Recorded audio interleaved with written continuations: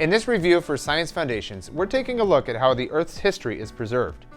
It's preserved through things like rocks, fossils, ice, tar, and amber.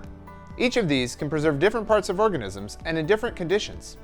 Rocks are great at preserving the Earth's history beyond the organisms. Fossils preserve organisms by replacing the hard bone or shell parts with minerals. These minerals last a long time.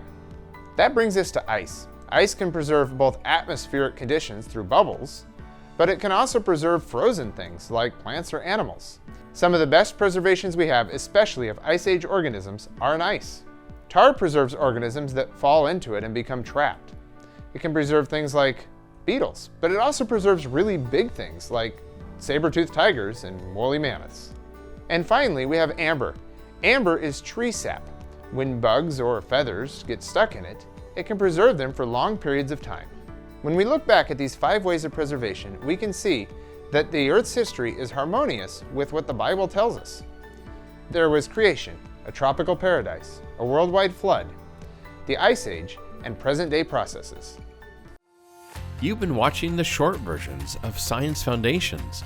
We have full lab videos that can be streamed on our Patreon page or downloaded from our online store. Use the links below to access them.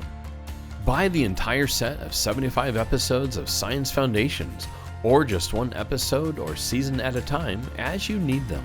In addition to the lab videos, we provide you with accompanying educational resources, such as PDF fillable student study guides and teacher guides filled with glossary terms, study guide key answers, suggested home experiments, and field trip ideas. We're constantly adding new resources, such as coloring pages and word finds. We're here to help your students get the most from these great episodes. Get all of them on our Patreon page or our online store.